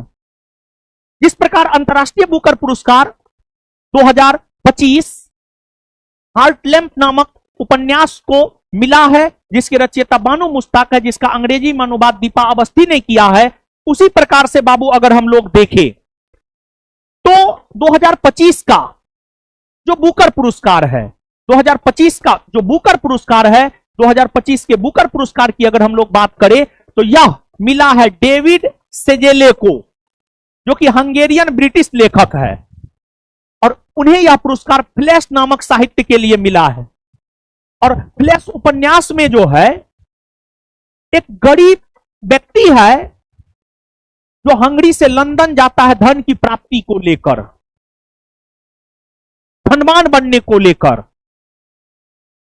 और उसके धनवान बनने में भाग्य का क्या रोल है, उसके धनवान बनने में जो है भाग्य का क्या रोल है और उसकी महत्वाकांक्षाओं का क्या रोल है। जैसे हम लोग कभी कभी कहते हैं मेरा भाग्य खराब था, इसी वजह से सरकारी नौकरी नहीं हुआ, रिजल्ट नहीं हुआ। अगर हम पे विश्वास कीजिएगा ना, भाग्य से ज्यादा महत्व, ठीक है, हम भाग्य को ऐसा नहीं है कि इग्नोर कर रहे, नहीं, लेकिन भाग्य से ज्यादा महत्व कर्म का है। भाग्य से ज्यादा महत्व कर्म का है। भाग्य का भी महत्व है, लेकिन कर्म का उससे ज्यादा महत्व है। तो भाग्य और महत्वाकांक्षा का धनवान बनने में क्या योगदान है, इसको लेकर पड़ताल जो है इस साहित्य के माध्यम से जो है आपको बाबू की गई है। तो आप इस बात को समझिएगा, सबसे ज्यादा जरूरी यही है। फिर और भी चीज हम लोग पढ़ेंगे, और भी चीज है। और देखिए, पीपीटी बना करके इसलिए आते हैं क्योंकि कम समय में थोड़ा ज्यादा मिल सके, समझे ना। ऐसे तो सब चीज मुख्य बात तो हम अपना बताइए देते, लेक्चर दिए देते हैं, समझ गए। तो अब देखिएगा बाबू आप, तो यहां पर दो चीज सबसे ज्यादा महत्वपूर्ण है याद रखने वाला। बुकर पुरस्कार 2025 किसे मिला है? डेविड सेजेले। बुकर पुरस्कार 2025 किसे मिला है? किसे मिला है?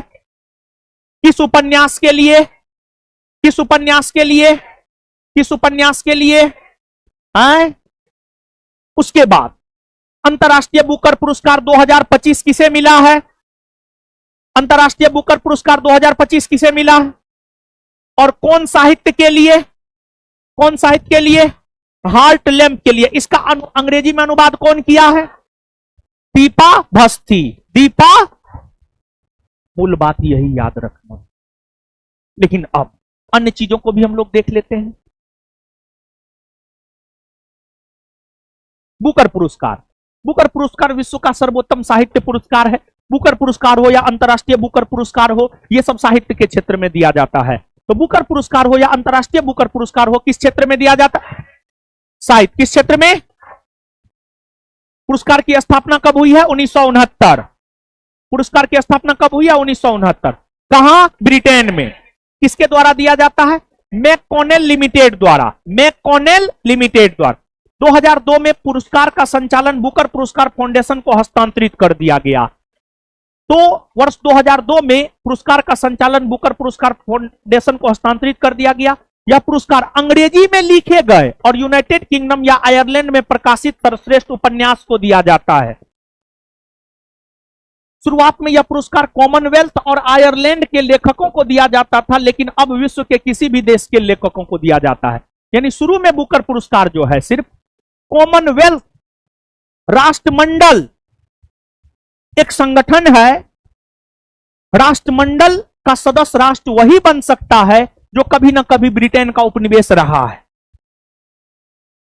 तो शुरुआत में कॉमनवेल्थ सदस्य देशों के उपन्यासकारों और आयरलैंड के उपन्यासकारों को बुकर पुरस्कार दिया जाता है, लेकिन अब यह पुरस्कार विश्व के किसी भी सबसे बेहतरीन साहित्यकार को दिया जा सकता है।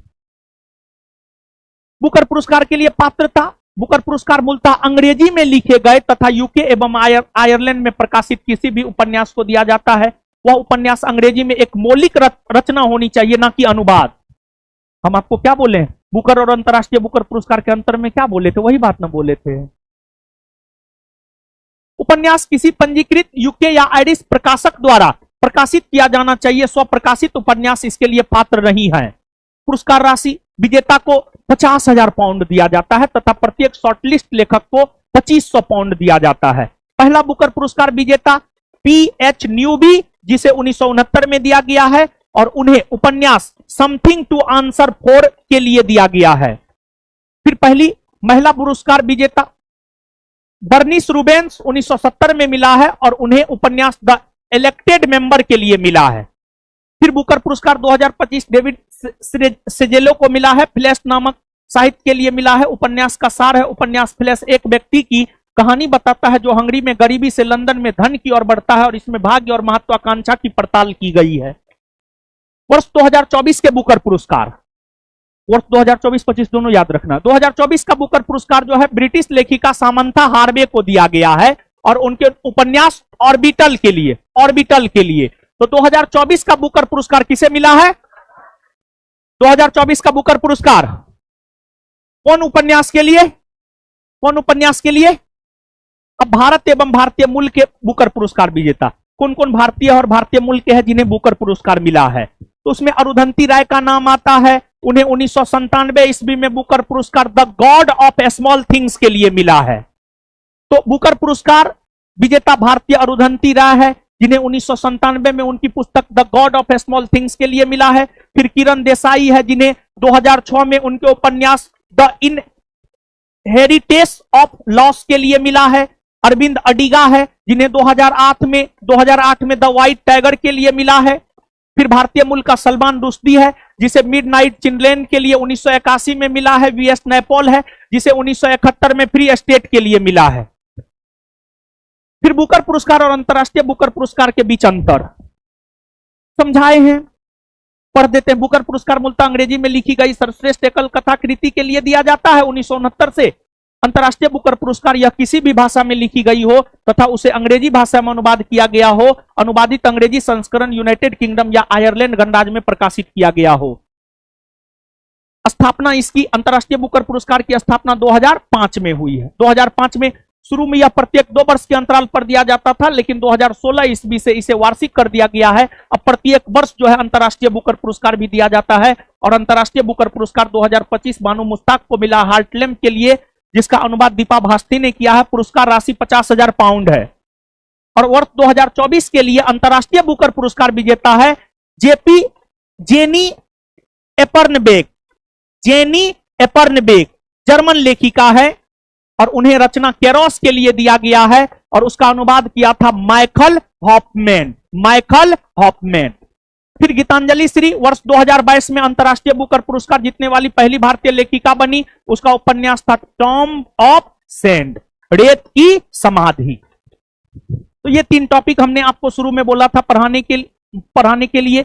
ये तीनों टॉपिक अब हम आपको पढ़ा दिए हैं, लेकिन अब इन टॉपिकों से संबंधित 15 प्रश्न भी हम लोग कर लेते हैं। 15 प्रश्न भी कर लेते हैं और भी ये टॉपिक हम लोगों का क्लियर हो जाएगा। समझ गए ना? 15 प्रश्न भी कर लेते हैं। ठीक है, तो आ जाइए, अब हम लोग आ जाते हैं प्रश्न पर।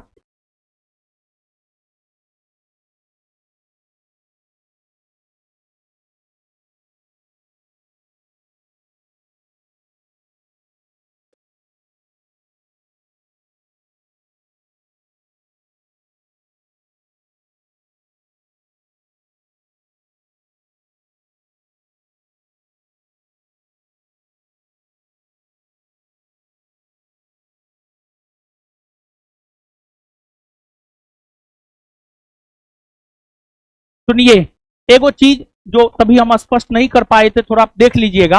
ये नीतीश कुमार 10 बार मुख्यमंत्री के रूप में शपथ लिए हैं ना, लगभग क्लियर कर ही दिए थे, लेकिन कुछ बच्चा को कंफ्यूजन हो सकता है, तो देख लीजिए। पहली बार उन्होंने मुख्यमंत्री के रूप में शपथ लिया है वर्ष 2000 ईस्वी में, 3 मार्च 2000। फिर इसके बाद क्वेश्चन, दूसरी बार 2005, तीसरी बार 2010, चौथी बार 2015, पांचवी बार भी 2015 ही। अरे जितना मतलब 2014 के लोकसभा चुनाव में जब जदयू की बुरी तरह हार हुई थी, मात्र 2 सीट संभवतः जदयू को मिला था, तो हार की जिम्मेवारी लेते हुए मुख्यमंत्री पद से त्यागपत्र दे दिए और जीतन राम मांझी को बनाए। और नीतीश जी को लगा कि जीतन राम मांझी को जैसे हम चलाएंगे वैसे चलेगा, लेकिन जीतन राम मांझी मुख्यमंत्री बनने के बाद अपना रंग दिखाना शुरू कर दिए, तो फिर से उनको हटा करके फिर से मुख्यमंत्री नीतीश जी मुख्यमंत्री के रूप में शपथ लिए। समझ गए ना? इसके बाद छठी बार अगर देखी जाए तो छठी बार 2017 में, और फिर 7वीं बार अगर देखा जाए तो 2020 में, 8वीं बार अगर देखा जाए तो 2022 में, 9वीं बार अगर देखा जाए तो 2024 में, अरे 28 जनवरी 2024 को, और 10वीं बार देखा जाए तो 20 नवंबर 2000। यही 10 बार मुख्यमंत्री नीतीश जी जो है मुख्यमंत्री के रूप में शपथ लिए हैं। अब क्वेश्चन तो इतना हम लोग पढ़ लिए हैं, क्वेश्चन 2 मिनट में बन जाएगा। और अभी तक बिहार दरोगा को लेकर करंट का 2 क्लास यूट्यूब पे करवाए हैं, उसका पूरा पीडीएफ जो है संस्थान के टेलीग्राम चैनल पर हम भेज देंगे। ठीक है ना? वो देख लीजिएगा आप लोग। और बुक आने वाला है, जो बुक लीजिएगा वो नहीं भी देखिएगा कोई दिक्कत नहीं है। ठीक है ना? और तो बुक आने वाला नहीं भी लीजिएगा, लेकिन फिर भी हम भेज देंगे ताकि आप लोग उसको देखिएगा। ठीक है, अब आ जाते हैं हम लोग क्वेश्चन पे। क्वेश्चन हम लोग का फटाफट बन जाएगा, याद हो न गया है? वर्ष 2025 में बुकर पुरस्कार से किन्हें सम्मानित किया गया? डेविड सेजेले। कौन साहित्य के लिए? फ्लैश। कौन साहित्य के लिए? फ्लैश ना हो। अच्छा, 2024 का बुकर पुरस्कार सामंथा हार्वे को ना, कौन साहित्य के लिए? आर्बिटल। कौन साहित्य के लिए? आर्बिटल। निम्न में से किस वर्ष बुकर पुरस्कार की शुरुआत हुई? 1969। वर्ष 2025 के लिए अंतर्राष्ट्रीय बुकर पुरस्कार किसे प्रदान? बानु। कौन साहित्य के लिए? हार्ट। और हार्ट लैम्प का अंग्रेजी में अनुवाद कौन किया? दीपा भास्थी। और 2024 का किसे मिला है? जेनी एपर्नबेग। जेनी कौन साहित्य के लिए? केरोस। कौन साहित्य के लिए? और इसका अंग्रेजी में अनुवाद कौन किया था? हॉफमैन। कौन किया था? हॉफमैन। हॉफमैन। अंतर्राष्ट्रीय बुकर पुरस्कार की शुरुआत कब हुई थी? 2005। निम्नलिखित जोड़ों में से कौन सा सही सुमेलित है? बुकर पुरस्कार 2025 फ्लैश नामक उपन्यास को मिला है, हां। अंतर्राष्ट्रीय बुकर पुरस्कार 2025 केरोस नामक साहित्य को मिला है, नहीं। हार्ट लैम्प किसे मिला है? Heart lamp.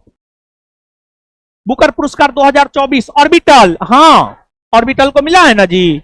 समंथा हार्वे की रचना ऑर्बिटल को मिला है। कौन कौन सही है? एक और, बिहार का गोकुल जलाशय रामसर स्थल किस जिले में है?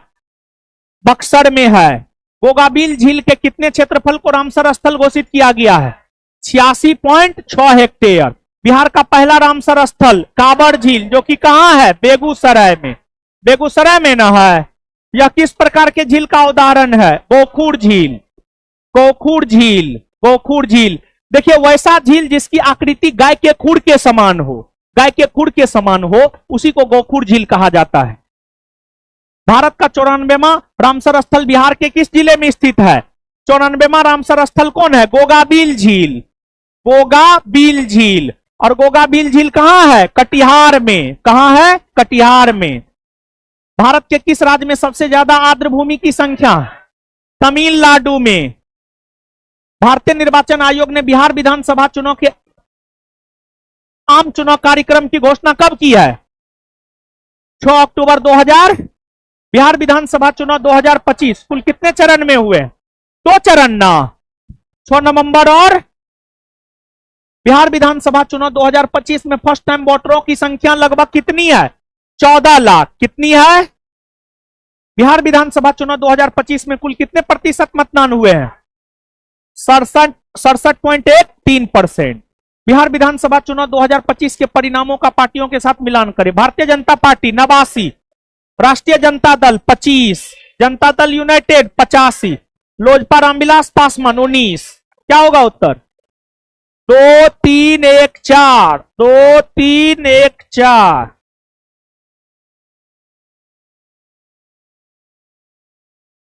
दो तीन एक चार।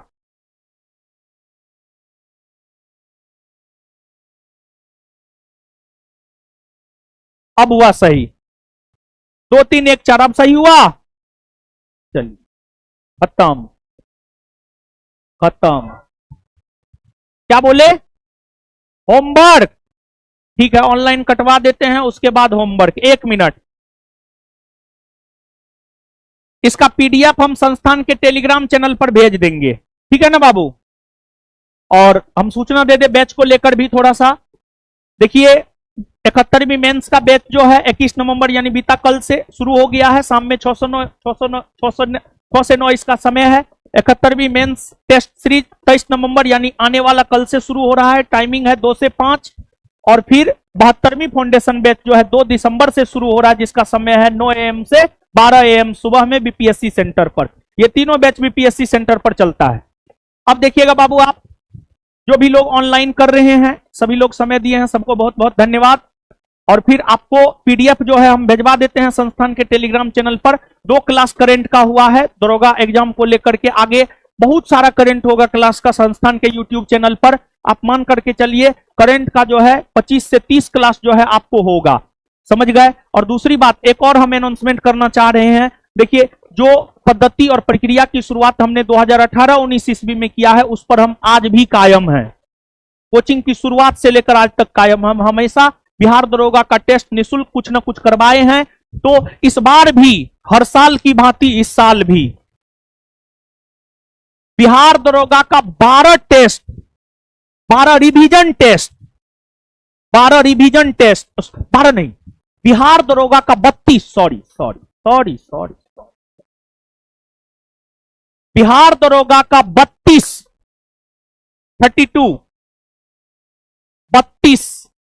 रिवीजन टेस्ट हम लोग करवाने जा रहे हैं। इसको रिवीजन के तौर पर लेना। बिहार दरोगा का 32 रिवीजन टेस्ट हम लोग करवाने जा रहे हैं। ये ऑनलाइन ऑफलाइन दोनों बच्चों के लिए है और ये बिल्कुल फ्री है। संस्थान के छात्रों के लिए भी और पूरे बिहार में बिहार दरोगा की तैयारी करने वाले छात्रों के लिए बिल्कुल फ्री है। ये टेस्ट 1 दिसंबर से शुरू हो रहा है। 1 दिसंबर 2025 से ये टेस्ट शुरू हो रहा है। संस्थान के तीनों सेंटर पर ये टेस्ट चलेगा। इसको लेकर विशेष सूचना आगे हम एक वीडियो बना करके देंगे। और इस 32 टेस्ट को रिवीजन के तौर पर लेना है। और आपको अभी संस्थान में जो डबल स्टार टेस्ट सीरीज चल रहा है, 71वीं बीपीएससी का हम लोग 30 गो टेस्ट करवाए थे, उस टेस्ट के डिस्कशन से 100 क्वेश्चन लड़वा के दिखा दिए थे। अभी जो double star test series Bihar दरोगा का चल रहा है, उसके क्वेश्चन आंसर डिस्कशन से बिहार दरोगा एग्जाम में 60% कम से कम क्वेश्चन हम लड़ाएंगे, जो हम आपको दिखा देंगे एग्जाम के बाद। समझ गए ना?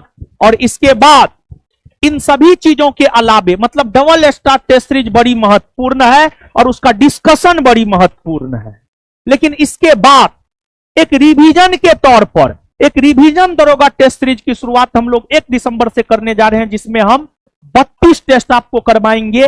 20 गो फुल लेंथ टेस्ट और 12 गो करेंट का टेस्ट। 20 गो फुल लेंथ टेस्ट और 12 गो करेंट का टेस्ट करवाएंगे 1 दिसंबर से 16 जनवरी के बीच में, 1 दिसंबर 2025 से 16 जनवरी 2026 के बीच में। और करेंट में हम आपको जो 12 गो टेस्ट कर, 20 गो फुल लेंथ, 12 गो करेंट जनवरी मंथ वाइज करवाएंगे, जनवरी 2025, फरवरी 2025 से लेकर के दिसंबर 2025 तक। यह सब विशेष सूचना रहा। सभी लोगों का बहुत बहुत धन्यवाद। मिलते हैं बहुत जल्द। करेंट के क्लास में ऑफलाइन वाले लोग बैठे रहिए। काट दीजिए अब, दीजिए बाबू।